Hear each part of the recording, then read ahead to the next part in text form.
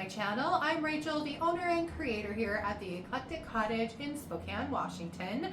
Today is Wednesday, and for today's video, I have a couple thrift flips and a DIY for you guys. But I totally switched gears, and instead of them being fall, I went ahead and did some projects for Halloween. Totally outside my normal wheelhouse. Usually I go from fall to Christmas, but this year I thought I would stop at Halloween. I hope you guys liked my projects. I really enjoyed making them, and I can't wait to make some more. And without further ado, let's get to them. Now, in my mind, every Halloween display needs at least some candles. And I had these pillar holders in my stash, didn't really know what I was going to do with them. So I decided to grab them out and paint them up for the beginning of my Halloween display. Now, I definitely wanted one of the prominent colors in my display to be black, so I'm painting these pillar holders with one good coat of DIY's Little Black Dress, which is my favorite black by DIY. This paint is very thick and highly pigmented, goes on like a dream, and thanks to its excellent coverage, I only had to go over a couple little spots where I'd missed with a second coat. Once my paint was completely dry, it's time to seal it. Now, DIY paint is porous and can be reactivated with water, so you definitely want to always seal it. And for these, I really wanted kind of a matte, spooky look to them, so I am going over them with DIY's clear wax. I'm just brushing that on with a soft bristle brush, going in the same direction that I did with my paint, and then carefully wiping back any excess with a dry shop towel. I love DIY waxes because they give such a soft finish to things, and it's a very matte look, which is what I was going for. Now, since I'd already decided I didn't want to do any distressing on these, I went in instead with some white and some dark wax and used that in the cracks and crannies of these to do a little bit of highlighting and low lighting. I love the look of the white over the black. It makes it just kind of look a little shadowy and a little aged, and it's just beautiful. So, but I didn't want that to be the main focus. So then I would go over the white with a little bit of dark wax, and that toned down the white and also added a beautiful richness to the black underneath. So between the two, I just kind of went around and kept adding a little bit of white and then a little bit of dark in all of the cracks and crevices, just until I got the look that I was happy with.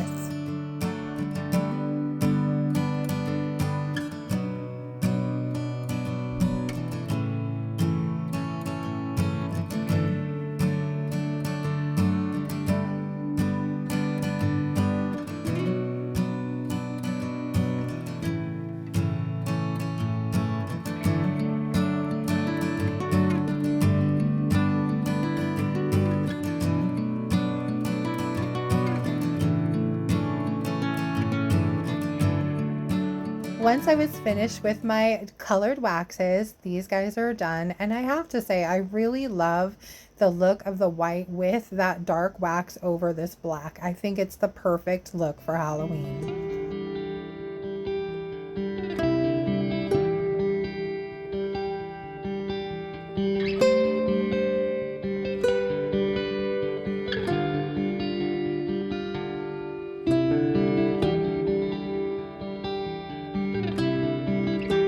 For project 2, I wanted to replicate an idea I saw on YouTube where somebody had put jack-o'-lantern faces on little wood blocks. And I've had these blocks in my stash for a while. They're ones that I just cut out. I cut them, I think, 4, 5, and 6-inch blocks. I painted them white and then covered them with Big Top and then set them in my stash, and they've been there ever since. So these are the 5 and 4-inch blocks, and I began by giving them a good coat of Little Black Dress by DIY, and then I went over the front of them with a coat of white Swan, trying to be careful to just keep it right on that front panel, and then I went over the white with a coat of Summer Crush. Then it was on to doing some distressing around the edges, kind of cleaning up where the paint had gone over, and then just making them look a little raggedy and bringing out some of the black and some of the white from underneath the orange. There's also a little bit of the wood color under there too. I believe I used 150 grit sandpaper, which was perfect for this part of the project. Once I had all my blocks sanded, I went back in and just gave a quick coat around of the little black dress just to cover up a couple spots that I had gotten other colors on. Now in the video I watched, their method was to print their images with a laser printer and then use Mod Podge to adhere them down to the blocks. And then they used a little bit of water to wet the paper and then just rub their finger over them until the paper was removed. Their images seemed to turn out really, really good. However, when I tried it, I still had a milky film of Mod Podge all over my blocks. I couldn't get it off and I just really didn't like the look. So I scrapped that idea, resanded my pieces, repainted them, redistressed them, and then I printed my images out, and using tracing paper, I traced them onto my blocks. And then I'm just going in with a little detail brush and filling in the details with some little black dress. I like this method much better. Everything is nice and clean. There's no Mod Podge residue on anything. And even though it's a little more time consuming, I find the painting of these to be a little on the therapeutic side, so I really didn't mind. Once I had all 4 of my blocks finished, it was time to seal them. And for these, I decided to use a Rustoleum's Clear Matte Enamel Spray, only because I was worried if I went over the little black dress with any kind of a brush on top coat, it might smear my paint, and I really didn't want to take that chance after having done these twice already. Once they were completely dry, I added little spindle pieces to the top, painted black, and sealed them with the same clear matte spray. And then as a last step, I added some raffia just to add a little bit of decoration. I love how these guys turned out. I hope you do too.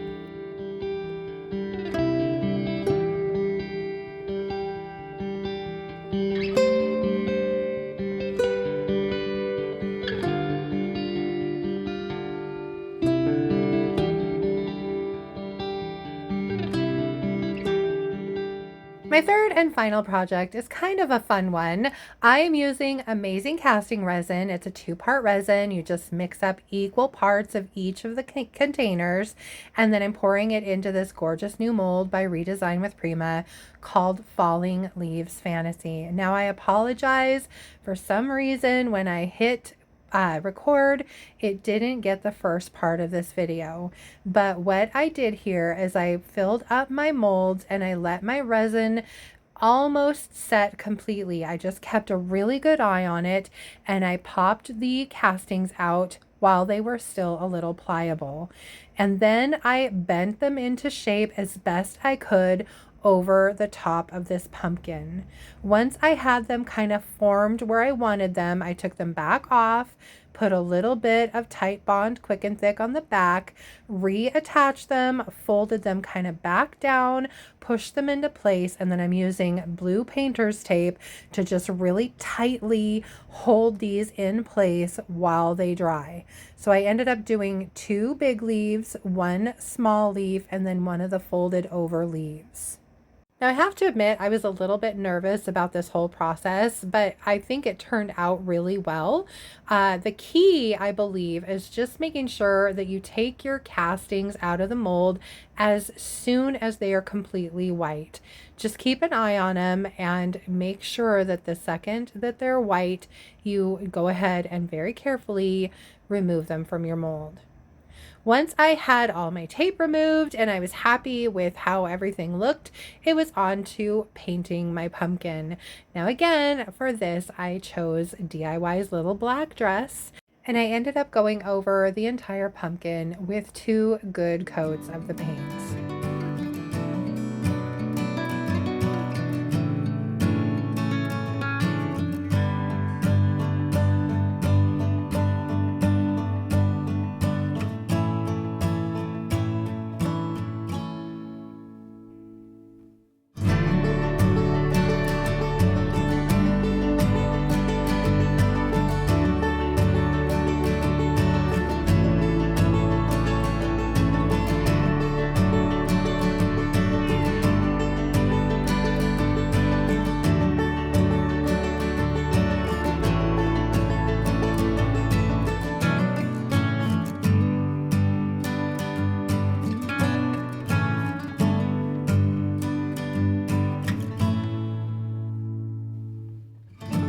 Once my paint on my pumpkin was completely dry, I wanted to do something fun with my leaves.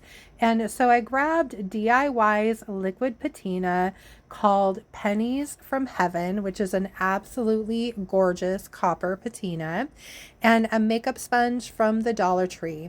And I dipped my makeup sponge into the liquid patina and then offloaded most of it onto a paper towel. And then I dabbed it onto the leaves. I didn't want full coverage. I wanted some of that black veining and the black from underneath to still shine through. So I just went over it in kind of a pouncing motion until I was happy with the look. Then I went ahead and grabbed Golden Ticket, which is the gold liquid patina, and I added that in a few spots just to give this more of a multi-toned look. And once I was finished with that, I went back over a couple spots with the Pennies from Heaven. I also did the stem in the same fashion. And you guys, I really love the way the leaves looked when I was done with them. Then it's time to seal my paint. Now, the liquid patinas are a sealer in themselves, so the leaves didn't necessarily need to be sealed, but I did need to seal the little black dress. I ended up just going over the entire thing with one good coat of DIY's clear wax first, and I'm just going to wipe back some of that excess wax with a dry shop towel. Now you'll see my poor brush picked up quite a bit of that black paint. So when you do this, you really need to make sure that you clean your brush well when you're finished. Once I was done with that, I decided I wanted to add a little bit of age and some depth to my black paint and also to the leaves. And so I'm going in and adding a coat of DIY's dark wax to the entire pumpkin, leaves and everything. You can see the richness that the dark wax gives that black paint. It just takes it to a whole other level. Once I'd finished putting a good coat of dark wax over the entire pumpkin, I wiped back my excess wax with a dry shop towel, and then I moved on to adding some highlights to this. I'm going to use the same technique I did on the pillar holders, and I'm taking a little brush and some white wax and just putting a line of that wax down the crevices of the pumpkin, and then using my brush to blend that white wax in with the dark wax to add kind of a highlight effect to these crevices. I did the same thing along the base of all of the leaves, adding a little bit of the white wax and then just pulling and blending down into the dark wax, using it to give a little bit of a highlight to the top area of the pumpkin all the way around. Once I was finished with this process, my pumpkin is done, and honestly, I had no idea what I was doing with this thing when I began, and I absolutely love the end result.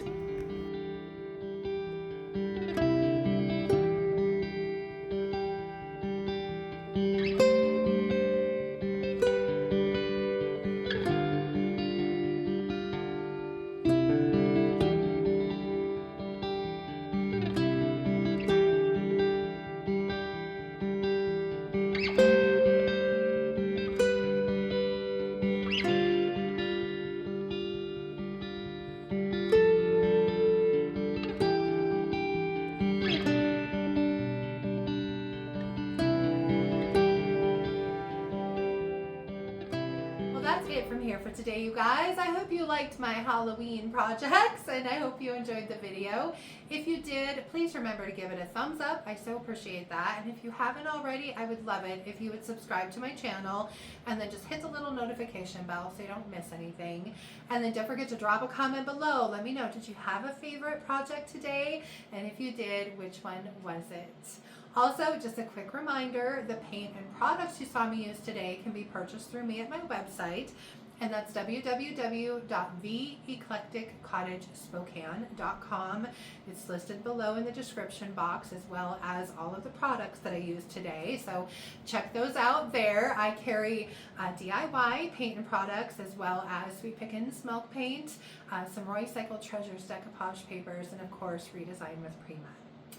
Anyway, for, let's see, Saturday's video, it's going to be a lot the same. I am going to be working on a few more projects for Halloween. I really want to build a small Halloween display in my shop. It's usually not a holiday that I concentrate on, like I said before, but I really wanted to do something a little different this year, and I've noticed people really love to decorate for it, so I thought, why not? So that's what I will be working on for Saturday's video, so I hope you'll join me here for that. Until then, I hope you have a fabulous rest of your week. Thank you so much for being here, and I will see you on Saturday. Bye.